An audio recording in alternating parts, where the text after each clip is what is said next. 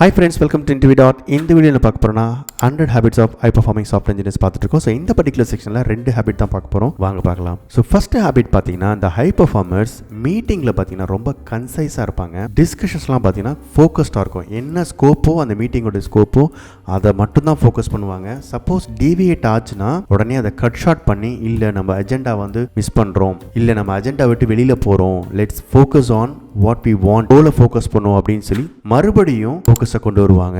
என்னென்ன key points இருக்கோ அதை மட்டும் தான் ஃபோக்கஸ் பண்ணுவாங்க. they will stick to it instead of unnecessary details. so they are concise in meetings. Second habit பார்த்தீங்கன்னா டிசைன் டாக்குமெண்ட்ஸ் வந்து நிறைய எழுதுவாங்க இந்த ஹை பர்ஃபார்மர்ஸ். இதில் வந்து ரொம்ப கிளியரான டிசைன் டாக்குமெண்ட்ஸ் எழுதுவாங்க.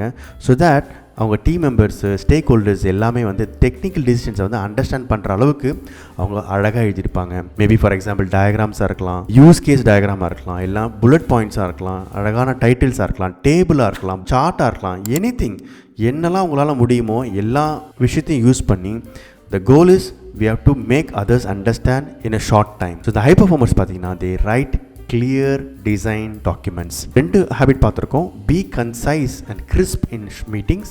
செகண்ட் ஹேபிட் பார்த்தீங்கன்னா ரைட் கிளியர் டிசைன் டாக்குமெண்ட்ஸ். உங்களுக்கு இந்த இன்ஃபர்மேஷன் ரொம்ப யூஸ்ஃபுல்லாக இருக்கும்னு நினைக்கிறேன். Please subscribe to my channel for more tech videos. Thank you so much for your support and all the best for your career. Thank you.